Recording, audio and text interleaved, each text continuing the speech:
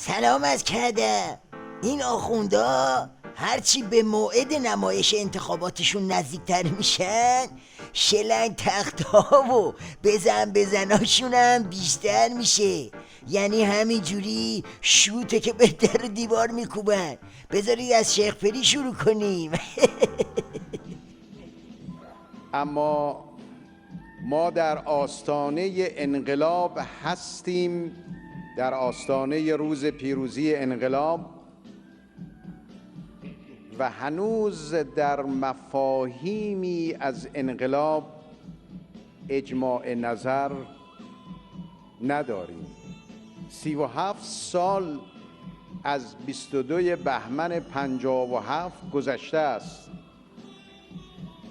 فکر میکنم هنوز هم نیازه که ما انقلاب را معنا کنیم و انقلابی بودن را تفسیر کنیم.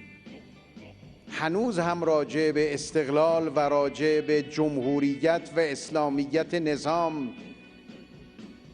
باید سخن بگوییم.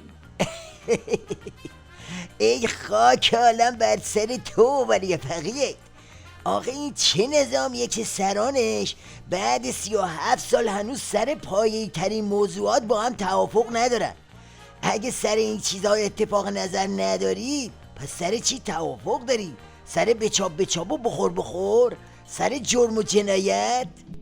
2 هفته مانده تا انتخابات، رئیس جمهور در رفت و آمدهایش از مترو مشهد تا همایش زنان و تا مراسم جایزه کتاب سال ناگهان در معنای انقلاب گیر کرد و از حرکت ایستاد.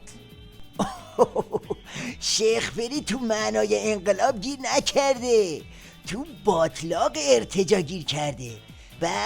بحث اتفاق نظر و معنا و این حرفا نیست. بحث سهمخواهی از قدرته. بحث همون لاف ملاست. واسه خاطر همینم هست که جیغ دلواپسا در اومده.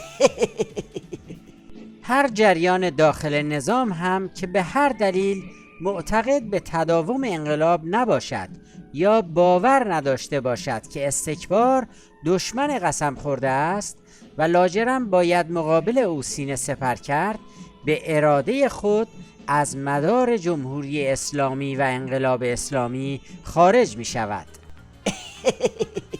بله، این دیگه ته خط نظام ولایته، جایی که همه مهرها گیر میکنن و کار میکشه به پایه ها. اون جایی که بحث از پوست و گوش میگذره و طرفین استخون هم دیگر رو میجوان. راستی تا یادم نرفته یه چیز دیگر رو هم بگم که آخر خنده است. مراسم تجلیل از دستاندرکاران برجام و خانواده شهدای هسته‌ای با حضور رئیس جمهور در سالن اجلاس سران برگزار شد.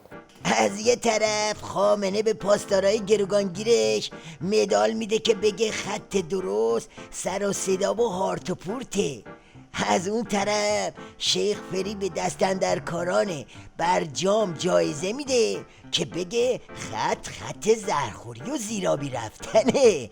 البته جفتشون بادمجون باکس میزنن. کار نظام ولایت از این بازی ها گذشته.